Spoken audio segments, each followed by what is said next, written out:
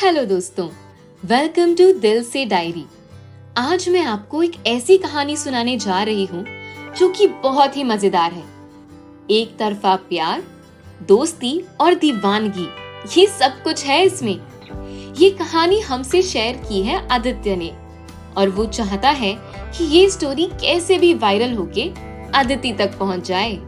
तो चलिए शुरू करते हैं। बात है 2008 की।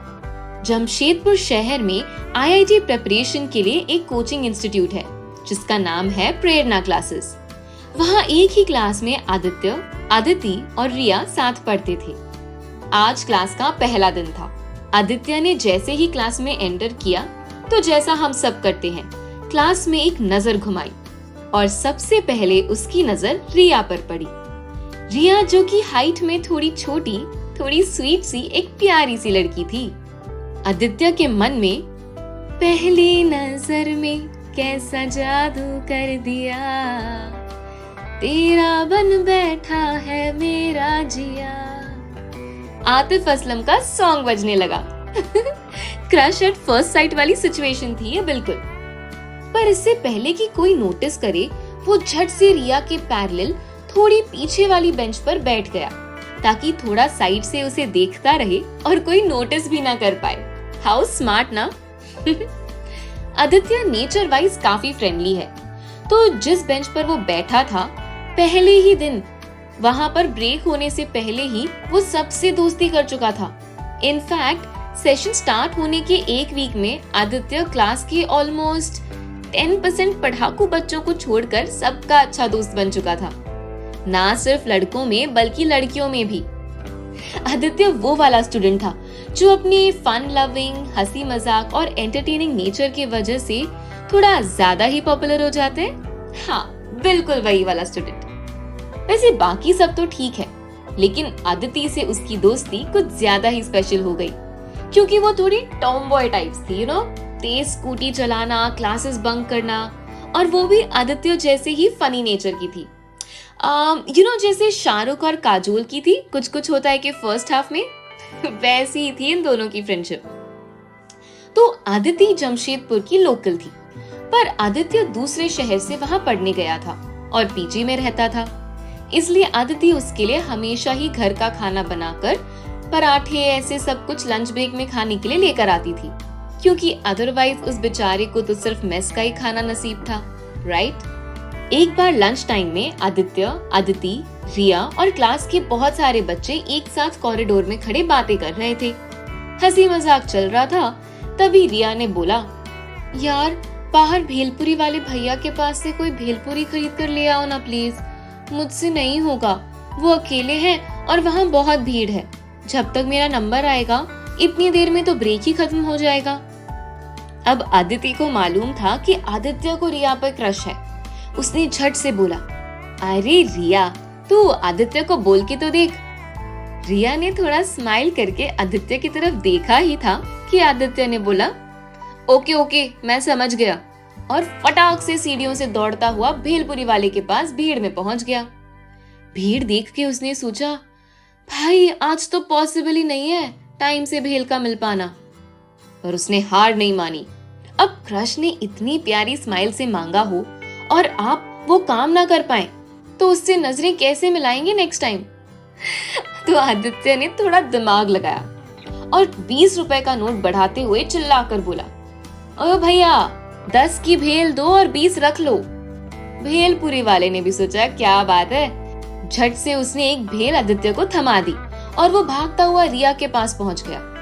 क्लास में सबको पता था, इनफैक्ट रिया को भी, कि आदित्य उसे लाइक करता है।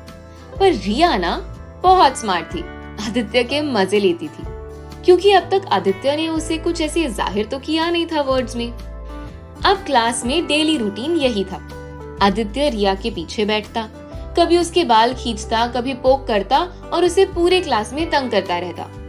रिया उसे मना तो करती, पर हंसते हुए। ये कैसा वाला मना है आपको भी पता है ना? इसलिए आदित्य अपनी हरकतों से बाज ही नहीं आता। क्लास में ज्यादातर टाइम वो रिया के पीछे बैठता, उसे तंग करता, और क्लास के बाहर वो आदित्य के साथ मस्त पूरे शहर में घूमता रहता। एक दिन आदित्य अपने एक फ्रेंड के साथ क्लास बंक करके जन्नत मूवी देखने गया और क्लास में उसके फ्रेंड और आदित्य को मैसेज करके पूछ रहा था। रिया ने पूछा क्या कि आदित्य आज क्लास में क्यों नहीं आया। ये टीनेज लव भी ना। मूवी हॉल से आदित्य ने रिया को कॉल किया। अब रिया का मोबाइल वाइब्रेट हुआ और उसने देखा कि आदित्य का कॉल है और आज वो क्लास भी नहीं आया, तो उसे लगा कुछ सीरियस होगा। उसने बुक से खुद को कवर करते हुए धीरे से कॉल पिक किया क्योंकि क्लास चल रही थी और उधर फोन पर आवाज आई, जरा सी दिल में दे जगह तू, जरा सा अपना ले बना, जरा सा ख्वाबों में सजा तू, जरा सा यादों में बसा, मैं चाहूं तुझको मैं। रिया ने यही कॉल कट कर दिया और वो समझ गई कि इसने बंक किया है मूवी के लिए। इसी सब के बीच एक मंथली टेस्ट हुआ प्रेरणा क्लासेस में और आदित्य ने टॉप किया, पर पीछे से। ये पहली बार उसके इमेज पर एक झटका सा लगा क्लास में। सब, इनफैक्ट रिया भी उसे लूजर समझने लगी, पर आदित्य की दोस्ती में कोई असर नहीं पड़ा। इनफैक्ट उसने आदित्य को मॉरल सपोर्ट दिया और बोली, तू ये सब मस्ती छोड़ के थोड़ा पढ़ाई पे भी ध्यान दे, क्योंकि तू यहाँ अपना शहर घर सब छोड़ के पढ़ने आया है। तू सबको एंटरटेन करता है, सब मजे लेते हैं, पर आज तेरे टेस्ट में नंबर क्या कम आए, ये सब ऐसे बिहेव कर रहे हैं जिसे तू अपने लाइफ को सीरियस लेता ही नहीं है। पर तू ना फिक्र मत कर, हम साथ में पढ़ाई करेंगे और नेक्स्ट मंथ टेस्ट में इनको बताएंगे।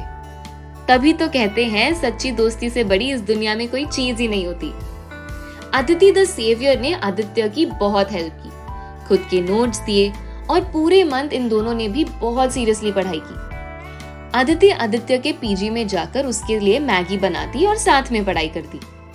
फिर एज यूजुअल सबको लगने लगा कि इन्हीं दोनों का कुछ चल रहा है और शायद अदिति की तरफ से ना कुछ फीलिंग्स थी, पर आदित्य उसे बेस्ट फ्रेंड ही समझता था। इधर रिया आदित्य का उसके पीछे बैठना, उसे तंग करना मिस तो कर रही थी, पर अगर उसे ये सब एक्सप्रेस करना आता और वो इस फीलिंग को एक्सेप्ट करती तो शायद आज अदिति की जगह रिया आदित्य के साथ होती। खैर, एक मंथ बीता और नेक्स्ट एग्जाम में आदित्य ने क्लास में सेकंड रैंक लाया। भाई, क्लास का तो माहौल ही बदल गया। अब आदित्य वापस से सबका चहीता बन चुका था और कुछ दिनों बाद एक दिन आदित्य ने क्लास में सबके सामने माइक पे रिया को आई लव यू बोल दिया। वैसे अपना आदित्य था बहुत डेयरिंग वाला, पर इस दिन के बाद सब कुछ बदल सा गया। रिया ने प्रपोजल एक्सेप्ट नहीं किया। उधर अदिति जानती थी कि आदित्य रिया को लाइक करता है, पर ये प्रपोजल ने शायद उसके दिल पर भी इस बार कुछ अलग ही असर किया। आदित्य ने उस दिन से क्लास आना छोड़ दिया। उसका दिल तो टूटा ही था, साथ में क्लास में कमाई इज्जत मिट्टी में दोबारा मिल गई। रिया उसे कॉल कर कर कहती, आदित्य क्लास आओ, आई नीड सम टाइम, तब तक अच्छे दोस्त तो रह ही सकते हैं ना। उसके कहने पर आदित्य एक दो बार क्लास गया भी, पर उसे अब कुछ अच्छा नहीं लगता और ना ही अदिति अब उससे पहले जैसा बिहेव करती। रिया से ज्यादा अदिति से बात ना हो पाने की वजह से आदित्य और बुरा फील कर रहा था। अब क्लास का आखिरी एक मंथ बचा था, लेकिन उसके खत्म होने से पहले ही आदित्य ने अपना बैग पैक किया और जमशेदपुर हमेशा के लिए छोड़कर चला गया।